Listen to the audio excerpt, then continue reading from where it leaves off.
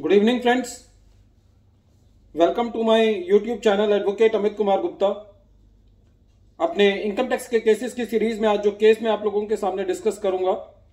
वो Delhi high court ने decide किया, बहुत रिसेंट जजमेंट है। सेक्शन 148 ए क्लॉज डी के ऑर्डर को लेकर के और सेक्शन 148 के नोटिस को लेकर के। केस का नाम है first solar power India private limited versus assistant commissioner of income tax circle 7-1। Friends, इस केस के अंदर बिल्कुल सेम दिल्ली हाई कोर्ट ने एक डिसीजन जो है वो दिया Divya capital one private limited के केस में, और सेम लाइंस के ऊपर ये जजमेंट भी जो है वो दिया गया है। इस केस के अंदर भी एसएससी के जो खुद के रिकॉर्ड्स थे 26 as, SFT transactions, service tax की रिटर्न्स, इन सब की बेसिस को इंफॉर्मेशन कलेक्ट करके ये सारी की सारी इंफॉर्मेशन जो है वो सेक्शन 148 ए क्लॉज बी का जो नोटिस एसएससी को इशू किया गया वो उसके अंदर सारी की सारी इंफॉर्मेशन डाल करके उसको एसएससी को ये कहा गया कि ये आपकी इनकम एस्केपिंग असेसमेंट है। एसएससी ने पूरे नोटिस का क्लॉज वाइज क्लॉज जो है वो रिप्लाई दिया और ये बताया कि जो अमाउंट उस नोटिस के अंदर दिया गया है वो सारा का सारा अमाउंट जो है वो एसएससी ने अपनी इनकम के अंदर कैसे कैसे लिया है, इस सब का ब्यौरा जो है वो डिपार्टमेंट को दिया। एसएससी को नोटिस जो इशू किया गया था वो 17 मार्च को किया गया। एसएससी ने अपना रिप्लाई 24 मार्च 2022 को सबमिट किया और एसएससी को सेक्शन 148 ए क्लॉज डी का ऑर्डर जो है वो 31 मार्च 2022 को पास किया गया और सेक्शन 148 का नोटिस भी इशू कर दिया गया साथ के साथ। एसएससी से जो मेन क्वेरी की गई थी वो ये की गई थी कि आपको इंटरेस्ट ऑन डिपॉजिट्स रिसीव हुआ है, आपने रेंट पे किया है, आपने सैलरी पे की है, आपकी सर्विस टैक्स के रिटर्न्स के अंदर इतना आपकी इनकम शो हो रही है, और एसएससी ने एक एक चीज का जवाब जो है वो टेबुलर फॉर्म के अंदर डिपार्टमेंट को दिया। लेकिन 31 मार्च 2022 को जो ऑर्डर पास किया गया उसके अंदर एक आ गया कि जो आपका रिप्लाई है वो सेटिस्फैक्ट्री नहीं है और एसएससी को सेक्शन 148 का नोटिस इशू कर दिया गया। एसएससी इसी नोटिस के अगेंस्ट जो है वो रिट के अंदर था। फ्रेंड्स, जो एसएससी की एलिगेशंस थी वो ये थी, जो एसएससी की पेटिशन थी, बेसिकली एलिगेशन नहीं कहना चाहिए, जो एसएससी का जो कहना था कोर्ट के अंदर वो ये था कि साहब मेरे रिप्लाई को कंसीडर नहीं किया गया, मेरे ऊपर ये फॉल्स एलिगेशन है कि मैंने कोई भी एविडेंस नहीं दिया, क्योंकि एसएससी ने सारे एविडेंसेस जो हैं वो अपने 148 ए क्लॉज बी का जो नोटिस था उसके अवज में दिए। और एसएससी ने जब अपना रिप्लाई दिया तो रिप्लाई में स्पेसिफिकली ये कहा था कि मुझे पर्सनल हियरिंग का भी मौका दिया जाए नोटिस इशू करने से पहले, तो वो भी डिपार्टमेंट ने पर्सनल हियरिंग का मौका एसएससी को नहीं दिया। एसएससी का ये भी कहना था कि साहब जो 148 ए क्लॉज डी का जो अप्रूवल है, ऑर्डर पास करने के लिए जो अप्रूवल लिया गया है वो मैकेनिकल है, और 148 का नोटिस इशू करने के लिए अप्रूवल नहीं लिया गया। दो अलग अलग अप्रूवल है। एसएससी का ये भी कहना था कि साहब जो मेरे खुद के रिकॉर्ड हैं,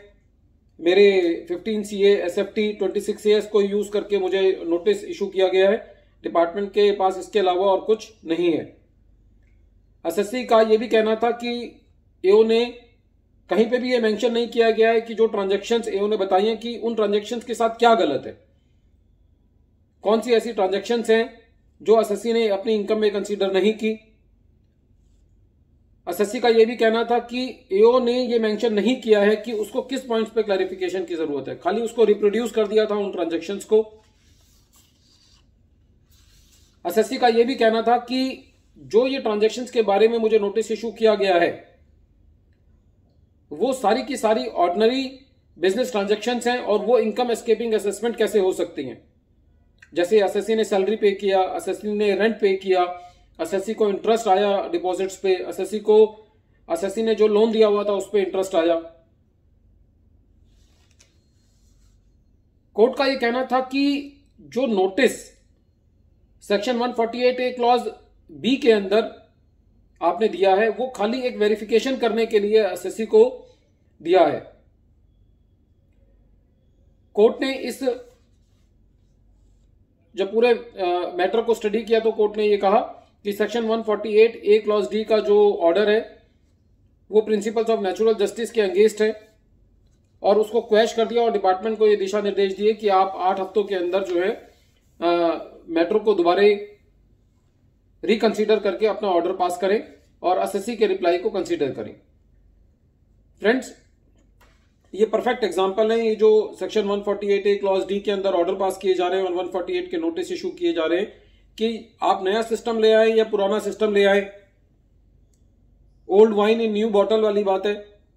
डिपार्टमेंट जो है वो कोई भी एसएससी के रिप्लाई किसी भी लेवल पे कंसीडर करने के लिए तैयार नहीं है और इसी वजह से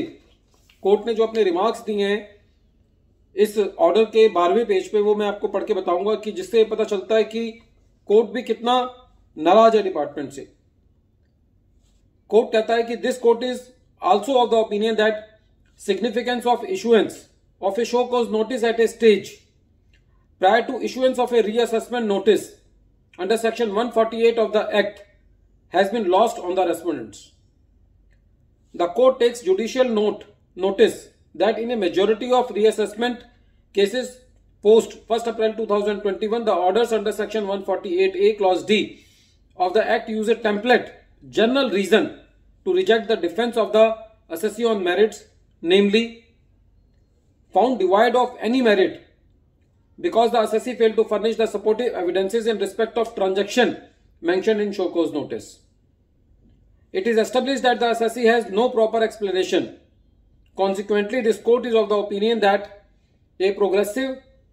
as well as futuristic scheme of reassessment whose intent is laudatory in nature has its implementation not only been rendered nugatory but also had an unintended opposite result. कहने का मतलब है कि कोर्ट ने यह कहा कि 1 अप्रैल 2021 के बाद जो सेक्शन 148 ए क्लॉज डी के ऑर्डर पास किए गए हैं वो खाली एक जनरल टेम्पलेट यूज करके किए गए हैं कि जो एसएससी ने एविडेंस दिया है वो सफिशिएंट नहीं है और इसलिए जो है हम सेक्शन 148 का नोटिस इशू करते हैं। और कोर्ट का यह कहना है कि इस पूरे प्रोसीजर को देख करके लगता है कि जो भी नई सेक्शन की जो सोल थी उसको डिस्ट्रॉय कर दिया गया है। फ्रेंड्स, जिस तरीके से इस केस में जो एसएससी है वो बड़ा एसएससी है, सोलर कंपनी से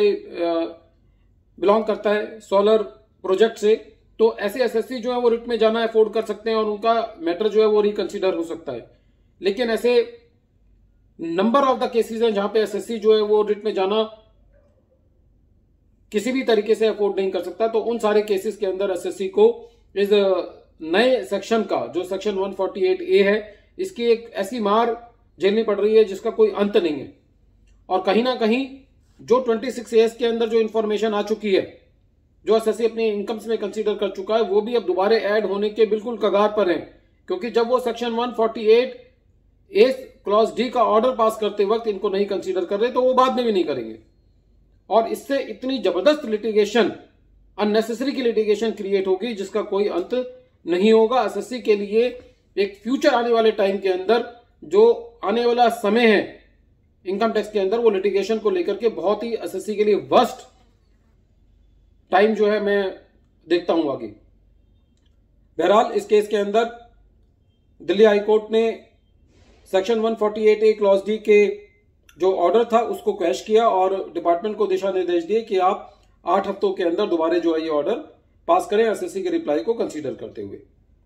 friends, at the end of my this video I appeal to you that if you like my channel and you are benefited from my